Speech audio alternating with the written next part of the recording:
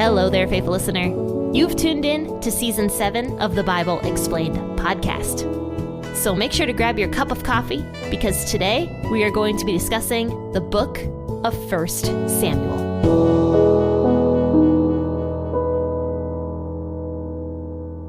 Hi guys, my name is Jen. I'm the host here. And man, we are just chewing through the Old Testament.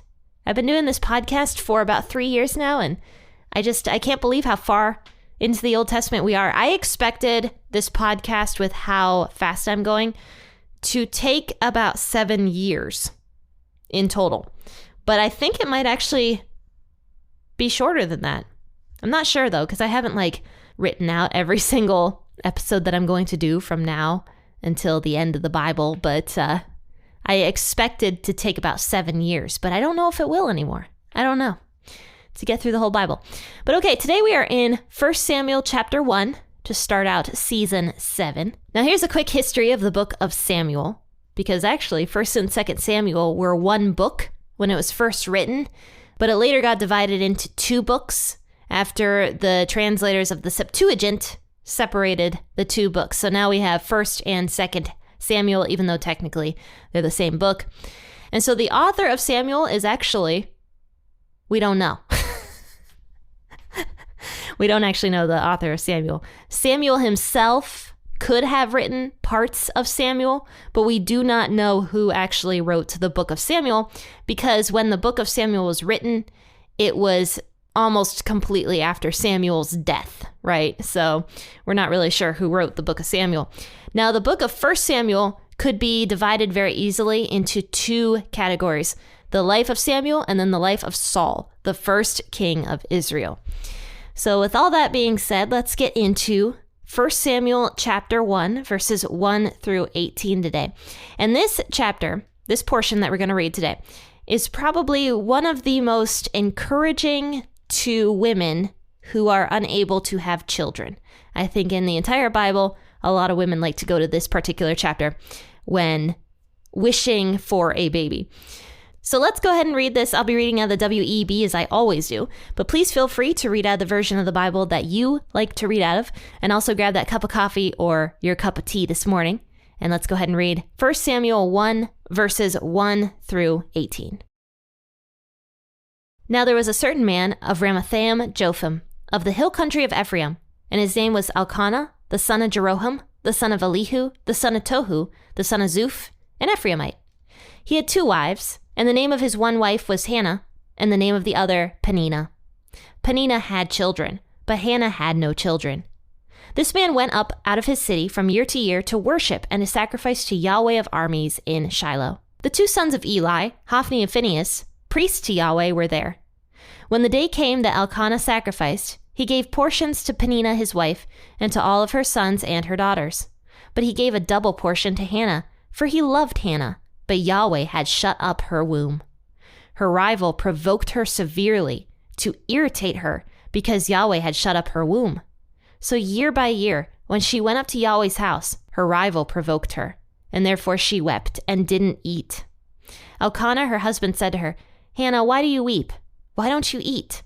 Why is your heart grieved? Am I not better to you than 10 sons?"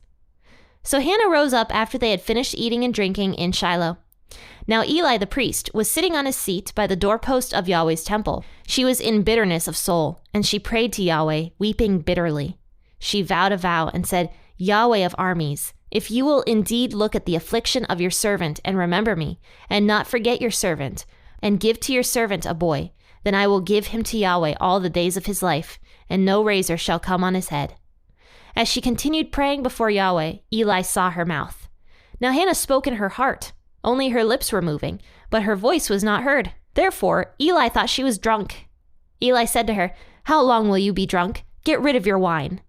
Hannah answered, "No, my lord, I am a woman of a sorrowful spirit. I have not been drinking wine or strong drink, but I poured out my soul before Yahweh. Don't consider your servant a wicked woman, for I have been speaking out of the abundance of my complaint and of my provocation." Then Eli answered, "Go in peace, and may the God of Israel grant your petition that you have asked of him." She said, "Let your servant find favor in your sight." So the woman went her way and ate, and her facial expression wasn't sad anymore. So the chapter starts out by talking about this guy named Elkanah. Okay, and he was an Ephraimite and lived in this area called Ramathaim Zophim. Ramathaim Zophim of the hill country of Ephraim. And so this man, an Ephraimite, had 2 wives. And we always know that when we see a man in the Old Testament with multiple wives, we just know that there's going to be some sort of disaster in that man's family. And we know this because, first and foremost, it always happens. There is not one single story in Scripture of a successful marriage between a man and 2 wives, okay? It just doesn't happen. And secondly, it's not God's design, right? Because we know from the very beginning of the Old Testament, God's design for marriage was 1 man and 1 woman, not anything else. So anything outside of God's design for marriage is just not going to work. There's going to be some sort of problem involved. And so the second you see in verse 2 that this man named Elkanah had 2 wives, you just have to know that some sort of drama is about to ensue, right? So the drama ensues. It says the name of the one wife was Hannah and the name of the other wife was Peninnah. Now what's interesting is that it doesn't actually say whether or not Hannah was the first or second wife. And if she was the second wife, it would make a lot of sense as to why Peninnah hated Hannah so much, right? Because Peninnah, if she was the first wife, obviously would have hated if her husband went out and got a younger, more beautiful wife, right? Which is probably what potentially happened, because we know that Elkanah loved Hannah, but it does not say the same about Peninnah. So we don't know if Hannah was the second wife or the first wife. Now, if Hannah was the first wife, you can imagine how much more terrible this would be for Hannah herself, right? Because Hannah, being the first wife and unable to have children, perhaps that was the reason why Elkanah went out and got a second wife, namely Peninnah, because Peninnah had a bunch of children, and Hannah remained childless for years and years and years, is what it says. It actually says that year after year after year passed, and nothing happened. Hannah remained childless, and Hannah was probably like, I don't understand why I'm childless. She probably thought that, there was something wrong with her. We don't know.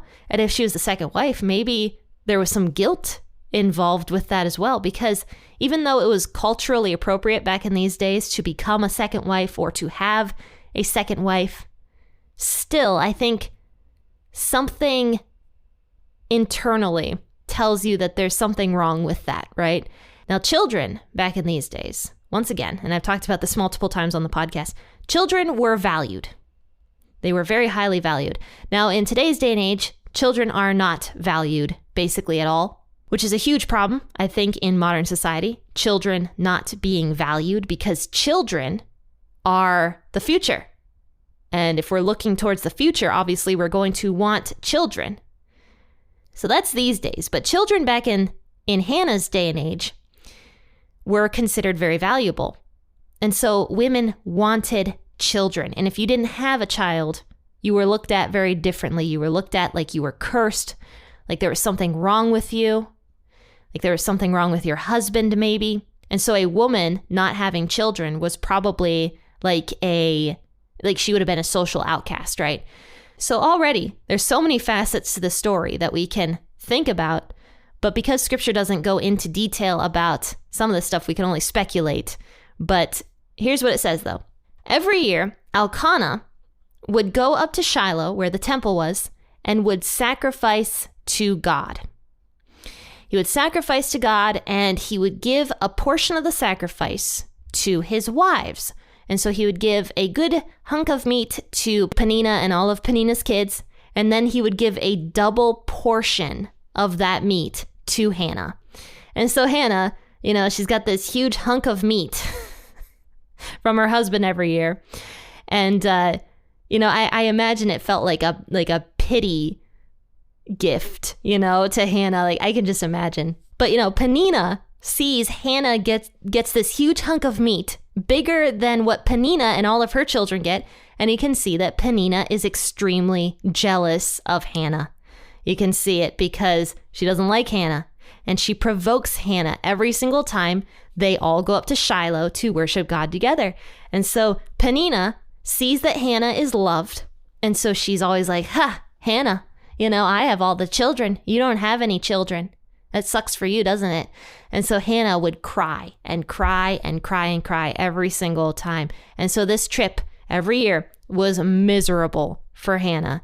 It was constant misery. And I'm sure she honestly lived in constant misery. And to make matters worse, here's what her husband says to her. So Elkanah, her husband, says to her, Hannah, why do you weep? Why don't you eat? Why is your heart grieved? Am I not better to you than 10 sons? Oh, man. Hannah's probably like, get out of here. I don't even want to talk to you. Oh, man. I mean, here's the thing. Hannah has to share Elkanah with this other woman, Peninnah. And yet Elkanah's saying to her, am I not better than 10 sons to you? And Hannah's probably like, no, you're not. Like, I can't even have you to myself. Like, you regularly sleep with another woman and produce children with another woman, And so it's just bad. Like, the entire story, I feel bad for Hannah. Like, I truly feel like she was 100% miserable. And, that's what marriages that aren't in line with God's design, that's what happens. Everybody's miserable. So Hannah rose up after they finished eating and drinking in Shiloh. So, this is going on for year after year after year. And so finally, Hannah has just had enough. And so she goes to the temple by herself, is what it says. Now it says that Eli, who was the priest of this time period, was sitting on his seat by the doorpost of Yahweh's temple. And it says that Hannah was in bitterness of soul, and she prayed to Yahweh, weeping bitterly. Now you can imagine how distraught Hannah must have been to go to the temple by herself, first and foremost. And secondly, to be pouring out her heart like that in a very public setting. People don't often do that unless you are extremely distraught. I don't like to cry in public. I'm sure most people don't like to cry in public. So you can see that Hannah was truly upset about all of this. So she's weeping and she's crying out to Yahweh in her heart. And it says that she vowed a vow. And she says, Yahweh of armies, which is apparently a name that the people had for Yahweh at this time, Yahweh of armies, similarly to God of angel armies, right? So she says, Yahweh of armies, if you will indeed look at the affliction of your servant and remember me and not forget me, but give to your servant a boy, then I will give him to Yahweh all the days of his life. No razor shall come on his head, is what she says. So she prays out this prayer in her heart, and she's making this vow to Yahweh. And this is a vow, I believe, that was not a bad vow to take. We've talked about bad vows in the podcast before. This, I don't think, was a bad vow because Hannah was able to keep it. She gave a vow that she wanted to do and that she was going to keep. And so she's imploring Yahweh to grant her a baby, to grant her a son specifically. And so as she's praying before Yahweh, Eli, the priest who is sitting there, sees her mouth. And so Hannah was speaking only in her heart, is what it says. And her lips were moving, but her voice was not heard. So she was distraught. She's crying and weeping, but she's, saying words in her heart, but not speaking them audibly. And that's the thing. If some of you listening to this podcast think that God can't hear your inner thoughts, or that God can't hear what's happening in your heart, or that you have to say your prayers out loud for God to be able to hear them, then that is wrong thinking. It's not biblical thinking, because you can see here that Hannah was praying all these things in her heart and in her mind. And yet, as we're going to find out, God was able to hear everything that Hannah was thinking to him. So God can see and hear your thoughts. So Eli, not knowing what's happening, thinks that Hannah is drunk because obviously Eli is not God. He does not know what's going on in Hannah's heart. He sees something he doesn't see every single day, which is interesting because the priest, being one of the priests, you would think that you would see more people coming and crying and distraught. But that just shows how abnormal this was for Hannah to do, how abnormal it was for women to come to the temple and pray like this at the temple. Eli, who was an older man at this time period, didn't know that Hannah was distraught and was crying and praying out to God. So that just goes to show you like how unique this really was and how distraught Hannah really was. So Eli thinks she's drunk. He says to her, "How long will you be drunk? Get rid of your wine." Now, what's really funny about this is, Eli, who is the priest, he had these two sons, which were briefly mentioned in verse 3. It says, the two sons of Eli, Hophni and Phinehas, were priests to Yahweh, and they were there. Now, what's interesting is Hophni and Phinehas, Eli's two sons, were drunkards, were sexually promiscuous, and were just all around terrible men. And so it's kind of hypocritical for Eli to come up to Hannah and yell at Hannah for having wine when he didn't do that to his own sons. Just a thought. So he yells at Hannah to get rid of her wine. And so Hannah answers, "No, my lord, I am a woman of sorrowful spirit. I have not been drinking wine or strong drink. I poured out my soul before Yahweh. Don't consider your servant a wicked woman, for I've been speaking out of the abundance of my complaint and my provocation." So she doesn't tell Eli what's going on exactly, but, Eli comes and interrupts her prayer, and she defends herself, obviously. And so Eli, realizing that Hannah was a unique woman who was coming to the temple to actually pray and to pour out her soul to Yahweh, because that's what Yahweh wants of us, by the way. He wants to have a personal relationship with each individual person, with each of us. And so he loves when we cry out to him, when we pray to him, when we are worshiping him. He loves it. So Eli, realizing that Hannah is that type of woman and not a drunk coming to cause problems, he says to her, "Go in peace, and may the God of Israel grant your petition that you have asked of him." So Eli gives her this nice little blessing.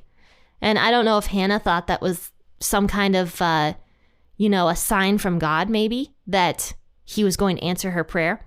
But Hannah is excited. She says, "Let your servant find favor in your sight," which is an old-fashioned way of saying, "Thank you so much," basically.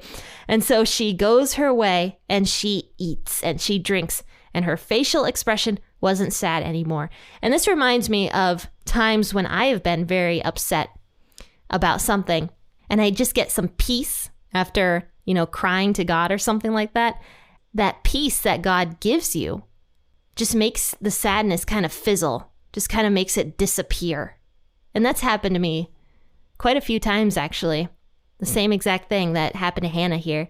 Her facial expression wasn't sad anymore. The cool thing about Hannah's story is that even though so many years had passed, Hannah did not give up hope that God could hear her and that God would hear her. So to conclude, take encouragement in Hannah's story and have faith that God does in fact hear your prayers, but that God is waiting for a reason. And sometimes he's saying no for a reason also. But in Hannah's case, God was actually waiting to give Hannah a baby in the proper time period. He was waiting for the right time. So don't give up hope. Continue praying to God about whatever is making you feel super distraught in your life, because God does hear your prayers. Okay, faithful listeners, I hope you enjoyed the first episode of season 7 and the first episode of 1 Samuel. And guys, I hope that you all have been enjoying the Bible Explained podcast thus far. And if you have been, please go over to Apple Podcasts or wherever you listen. If they have a rating system, please rate the Bible Explained podcast 5 stars. And also write a little review so that I can read them, because I do read all of your guys' reviews. Even though I can't respond to them, I do read them, and I do enjoy them pretty greatly. Last week, I was pretty sick, and I mentioned how I had been drinking tea because I was sick. And so Caitlin responded on Spotify. She said, "Sick or not, Jen drinking tea in the morning is terrible." And I couldn't agree more, Caitlin. I could not agree more. Tea is actually terrible, and me having to drink it because I was sick was truly the most terrible thing about being sick. But anyway, thank you for that response, Caitlin. It gave me a nice little chuckle when I saw it. And guys, I love seeing those kinds of responses, and sometimes I like to read them on the podcast as well. So please leave a review or a response if you haven't yet to the Bible Explained podcast. All right, friends and faithful listeners, I will see you all on the next podcast episode. Tomorrow we'll be in the book of Acts. Faithful listeners, happy listening, and God bless.